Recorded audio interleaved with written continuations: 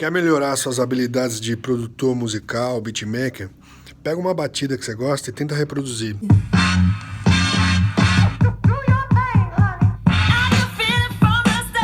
Primeira coisa, vai no whosampled.com e aí aqui você procura a música que você quer. Vai mostrar aqui, ó, quais músicas que são base de sample, ó, contém sample of two songs. Baixa as músicas, aí pega a música original que você quer copiar, joga no programa de sua preferência, encontra o BPM e vamos começar com o primeiro, que é esse Moon People Hip Skip Moon Strut. Dica, no WhoSample ele fala mais ou menos aonde começa cada pedaço para você usar. Aí fica fácil de achar. A música da Cristina. O sample.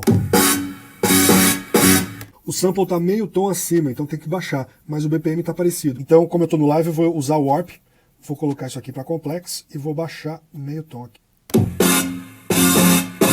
Show. Aí tem que caçar na música original lá o que mais que eles usaram. Então, ó, tem essa bateria aqui e aí tem essa outra parte.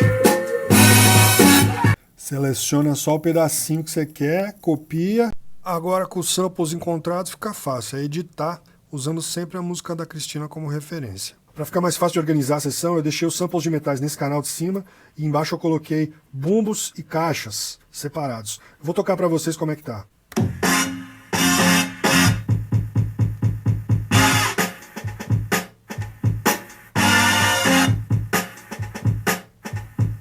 Tem um baixo na versão original, mas eu vou gravar.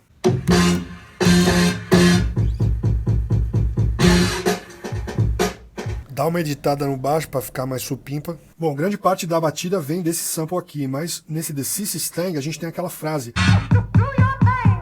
A gente encontra bem no começo da música aqui, ó. Ela tá um pouquinho mais aguda que a que tá na sampleada, então eu vou baixar meio tomzinho, já deve funcionar.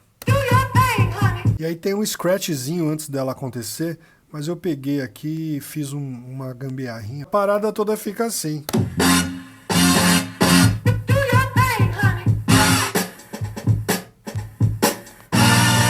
Só falta a Cristina cantando.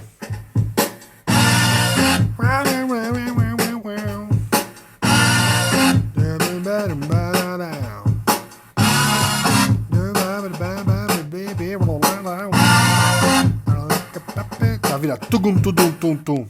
É isso, meus chuchuzitos. Espero ter ajudado aí. Esse é um beat até fácil de ser recriado. E é nóis.